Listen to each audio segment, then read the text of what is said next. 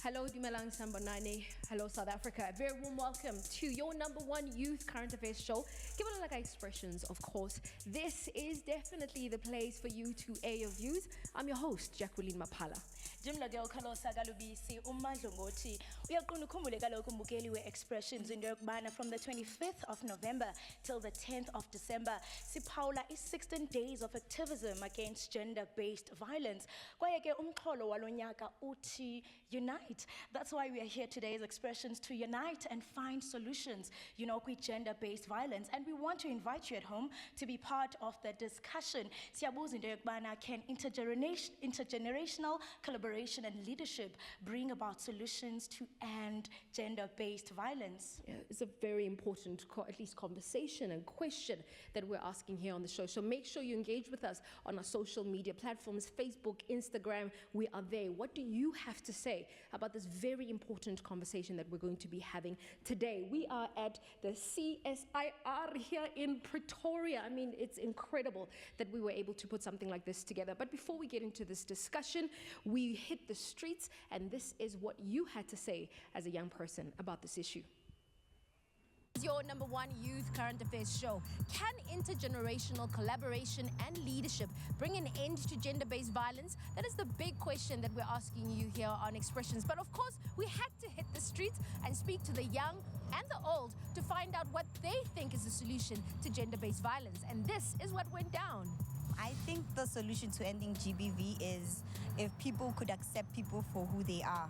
The problem starts when women are not able to take care of themselves and then they need to depend on a man. Way forward can be women doing things for themselves as well.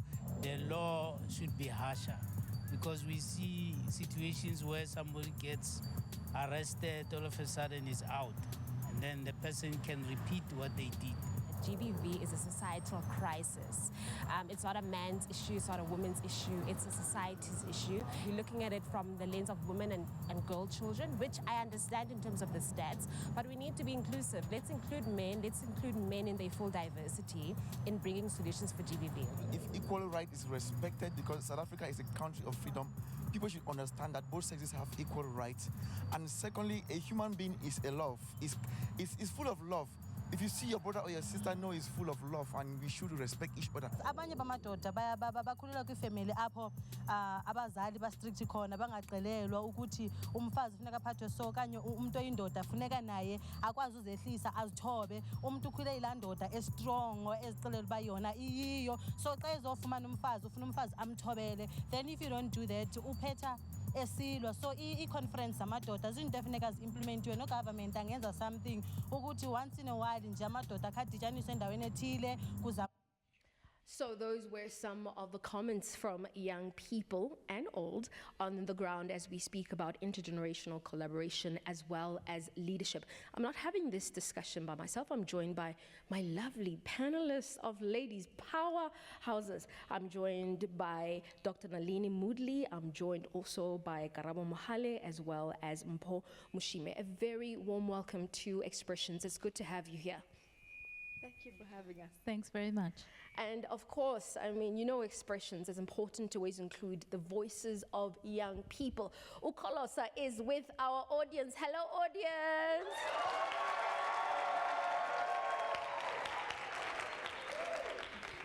I'm definitely excited to hear from young people when it comes to this very important conversation. I think, Prof, let me start with you. I think I'm really going to pose the poll question that we asked young people on the ground around, intergenerational collaboration and leadership. Could this be a solution to ending gender-based violence, where we're seeing the young and the old coming together and uniting? Thanks, Jackie. I think it's such a critical question.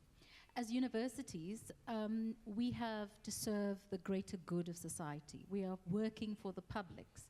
And part of recognizing the work we do is we've got to understand that we work with communities, we conduct research, and we deliver on a curriculum through our academic project.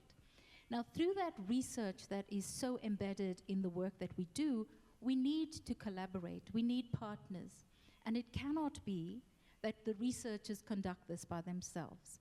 Our students have to be active participants in trying to solve these problems. They need to be present, sit at the table. And I also have to recognize that students have so many issues that are of critical importance. But GBV is such a pandemic that we really need to have all our stakeholders, young and old, around the table to find collective solutions that will have a long-term impact on addressing this pandemic in society. And you know, Garaba, I want to bring you into this conversation. I mean, as the vice chair for NYDA, it's such an important organization that is representing the interests of young people. How do you use your leadership, your position, your influence to make a difference when it comes to gender-based violence? It's always quite difficult because as young women ourselves, we're victims. So we're literally caught in between a rock and a hard place, that you've got this responsibility to ensure that you play a meaningful role, especially in your position of leadership. But on the other hand, you're a victim yourself. So what we have done, which is extremely critical, is to ensure that we communicate with different stakeholders to strengthen the voice against gender-based violence. You know, gender-based violence thrives because victims are pushed into silence. The people that are supposed to be taking action against gender-based violence are found nowhere. I mean, when you're speaking about institutions of higher learning, we know students that always lament that there is always a lecturer who wants, to give you marks in exchange for sexual favors. And I think that in these positions that we have, it becomes absolutely critical that we ensure that we nip gender-based violence in the bud. We must be vocal. We must be the first line of defense of young women in particular in these institutions, in our communities, so that we can be able to end and fight the scourge of gender-based violence. And for you, Dr. Mpho, I like what Karabo is saying around, being a line of defense, but we have to be practical. How do we become more practical in making sure that we end gender-based violence? We know that it's an issue of disadvantage. We know that young women cannot even negotiate in their relationships. How do we practically make a difference and an impact within the lives of young people? And I love the fact that there are also young men here, but how do we also make sure that they're part of the conversation as well and they don't get left behind? Thank you very much, Jackie. That's very true. And with the background of being a clinician and also being a member of our NPO organization that is an externality, and also being a leader in church, it's very, very crucial that we involve our young people in these conversations. We don't decide for them, because most of the time we decide and we impose, things that we think they should do, things that we think are solutions to them. So we have seen that it's not working. So what will work is that we break the silence. We literally talk about this gender-based violence in all the social gatherings that we have in our workplace. Like I'm saying, in the Department of Health in Tshwane District, I'm in primary health care services. I'm a manager there. So we do have youth-friendly services that we are rendering.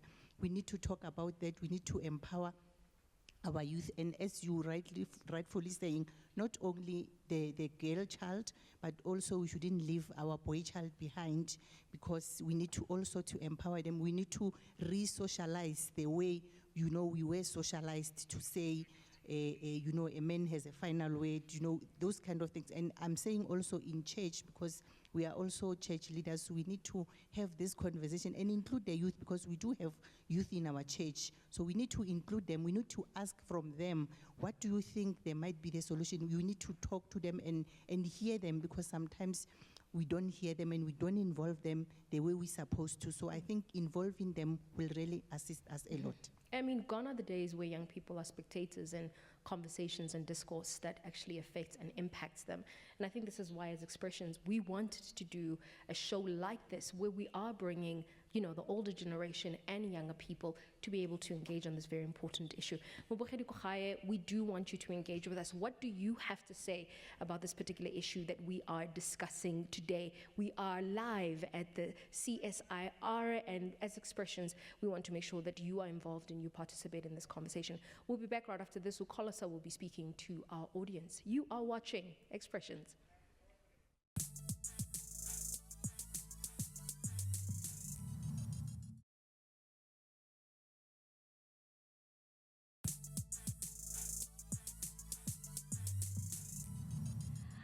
Welcome back. You are still tuning into Expressions right here on your #1 channel, SABC1.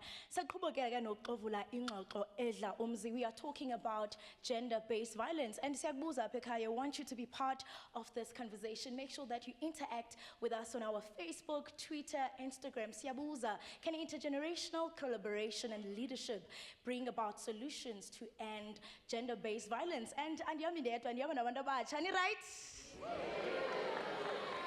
Majida!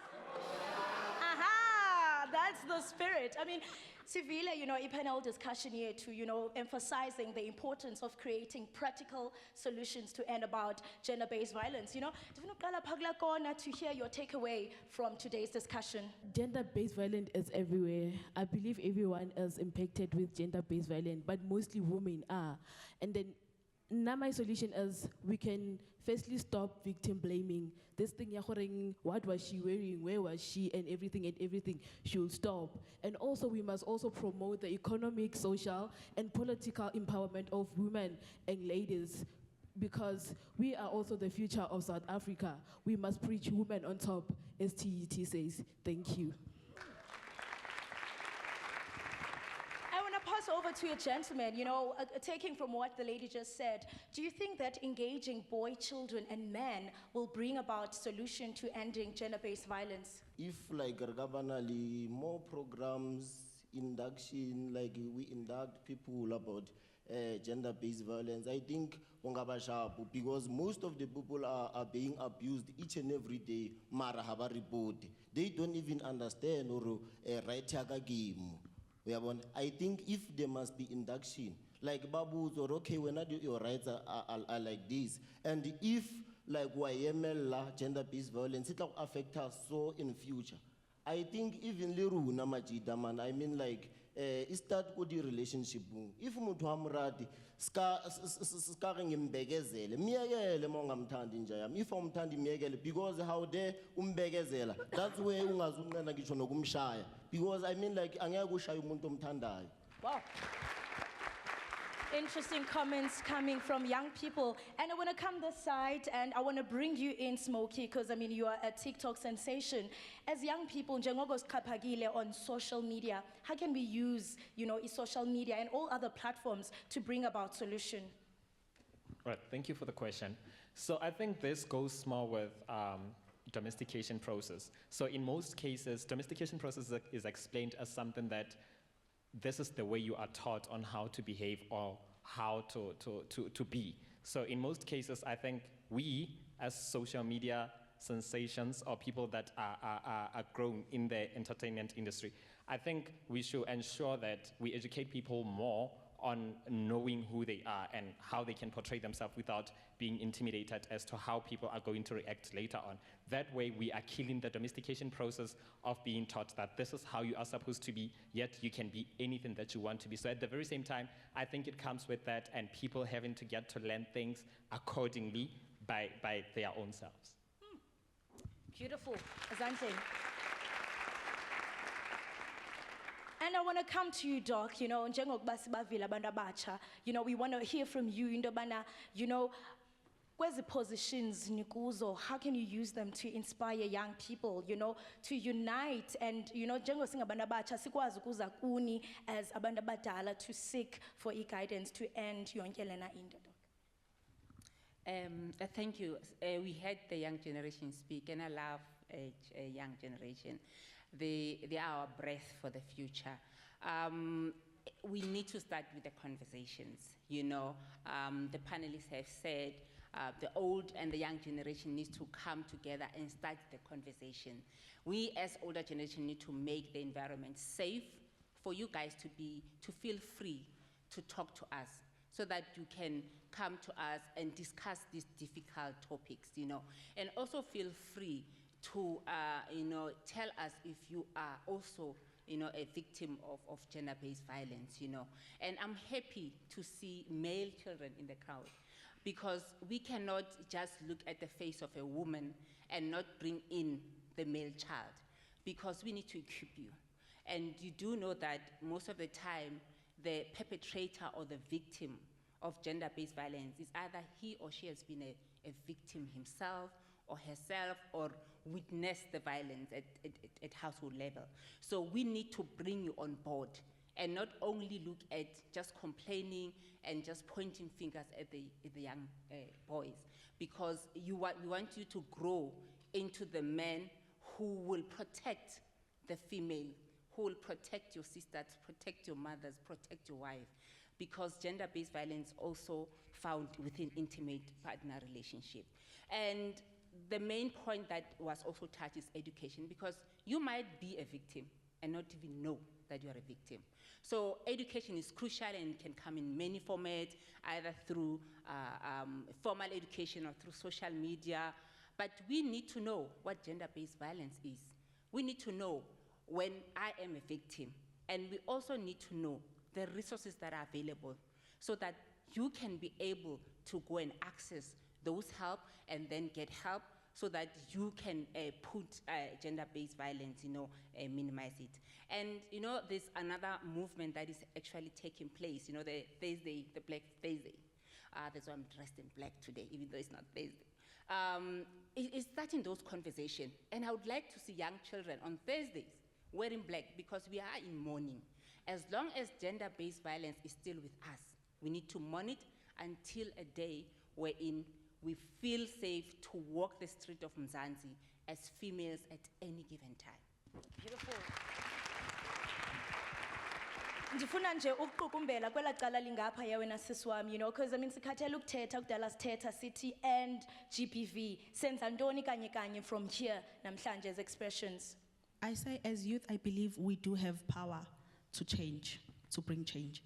So I would say, as youth back at home, let's stand up and fight GBV. Volunteer into program, teachings, do our teachings to young and old people about GBV so that people will know what is GBV.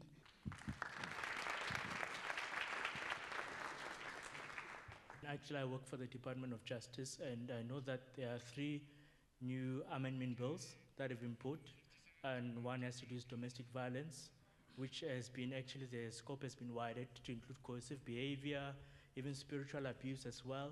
So I think we as young people, let's do research about these bills. And also I know that the National Register for Sexual Offenders has been expanded, because previously it was just abuse done on children and persons of disabilities. Now it's even any kind of offense. So which means also that it's not easy for you even to get out of the list. Once you're on the offenders list, then they've made it harder for you to be removed from the list, which means now we can identify if you're a repeat offender, now we can identify you easier. So I think let's get more information about all of these things, these interventions, and let's see if they're working for us. And another thing as well, the evidence. I think that there are not enough tools and not enough interventions regarding making sure that the evidence that is there, that the victims have, that at court, it nails down perpetrators. A big round of applause. Uyazibonela nawe Mbukeli, interesting comments coming from young people. There's surely a lot to relearn and unlearn. We continue with the discussion. Siyabuya, ungayindawo. Siqhobeleni izandla.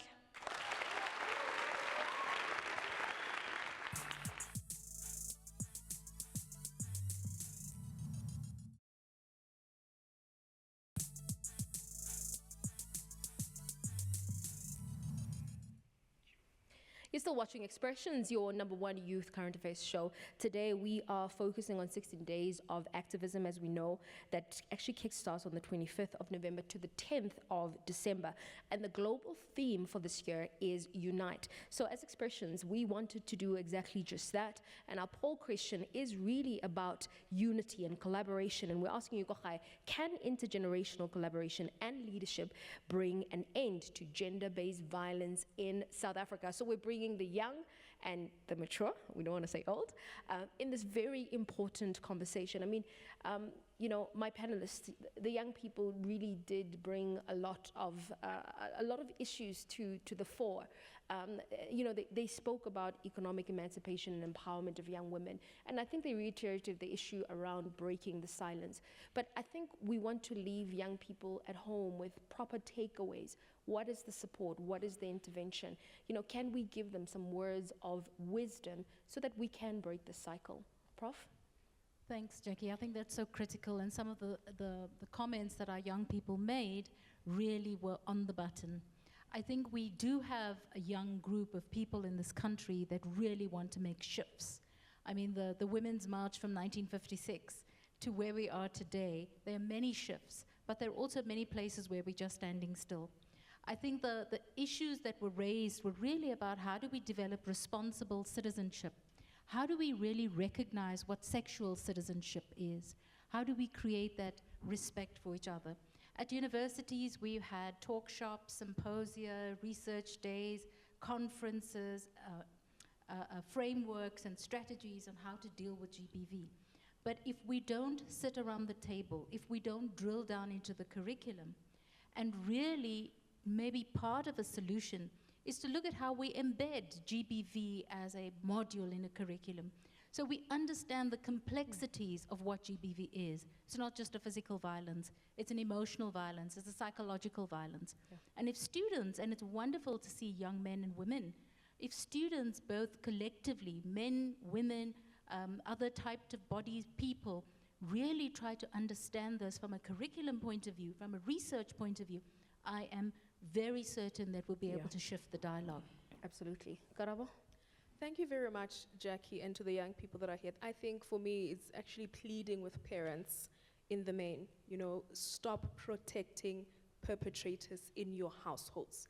That uncle that is busy abusing young children, out them out. Because if you don't speak about the immediate things that happen in the family, the community is not going to be able to assist. So we need to be able to have our parents and our family members standing for victims and their rights so that we can be able to build safer communities that can be able to hold perpetrators accountable. But I also just want to say that the offices of the National Youth Development Agency are open. We work with various NGOs that assist and support young people with psychological support, you know, and I just want them to also just stand up, you know, give us a call, send us emails. We'll definitely be there to support them every step of the way. Thank you. Dr. Mpo? Thank you so much. I think I agree with the panelists and also with what Dr. Molapane and the young people were saying. We really need to use any opportunity that we get in our workspace, in our community, that the youth really need to, we need to have this conversation with the youth. We need to involve them. We need to make sure that, you know, they participate. We need to make sure that we address the issue of culture also, because, you know, culture can also, the cultural practices can also take a good role in this. So we need to make sure that we address those issues as at a family level, in the community, in the churches, even in the workplace. So we will use every opportunity that we get, that we engage with young people, that we do this vigorous awareness. Thank you. And look, I mean, and it's unfortunate that we can't do justice to this conversation, because I wish we could just talk about this over and over and over and have an hour to discuss it. But I really do think that there were some golden nuggets that I think young people can definitely take away from this conversation. A big, big thank you. Thank you, ladies, for being part of this conversation and really showing the importance of leadership and collaboration between the young and the old. I think this was really powerful, and I think we were able to achieve what we wanted to achieve today, right, Colas? That's true, Jackie. Students, my audience, thank you. Thank you. Thank you to our audience as well. Thank you. Thank you. So we've come to the end of today's episode. We wanted to make sure that there are solutions that you can take away with you. So hopefully you are also part of the change and the impact that we're trying to make as expressions as the Youth Current Affairs show, right? That's right, Jackie, and GBV should never be a norm. Absolutely. Break the silence. Thank you very much for watching. We'll see you next week. Bye.